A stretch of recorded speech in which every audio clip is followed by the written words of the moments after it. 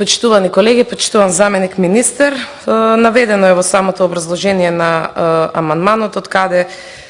се предвидува да се префрлат соодветни средства, односно се предвидуваат средства во износ од 115,031 милиони денари. Зголемувањето е важно,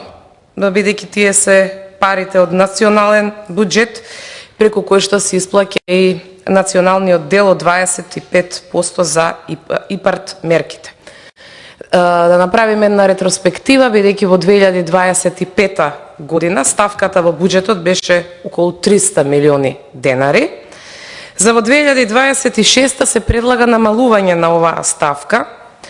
скоро половина, односно 185,9 милиони денари, или намалувањето е во износ од 115 милиони денари. Апел од предлагачите на овој амандман до сите вас присутни тука е да го преиспитаме ова кратење внимателно и да се прифати овој наш предлог, за да се остане на истиот износ како и во 2025 година.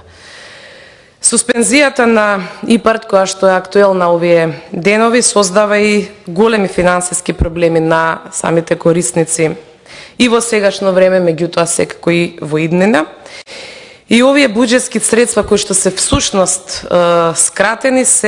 односно се планира да се скратат, се користат за кофинансирање на финансиска поддршка која што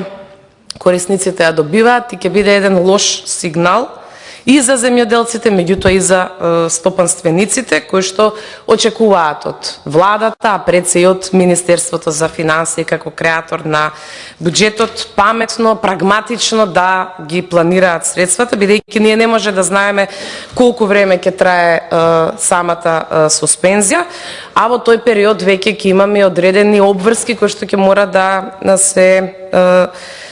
спроведуваат, односно ќе доспее рокот за обврските кои што агенцијата ќе ги има кон корисниците, а тоа исплата на повратот за реализираните средства да не биде подолго од половина година, односно од 6 месеци од денот, односно од датумот на поднесување на самото барање. И затоа е добро да се прифати овој амандман и за доброто на земјоделците и за целиот тој засегнат сектор кој што не е еден од столбовите во нашето општество за соодветен раст и развој, па дури промоција. И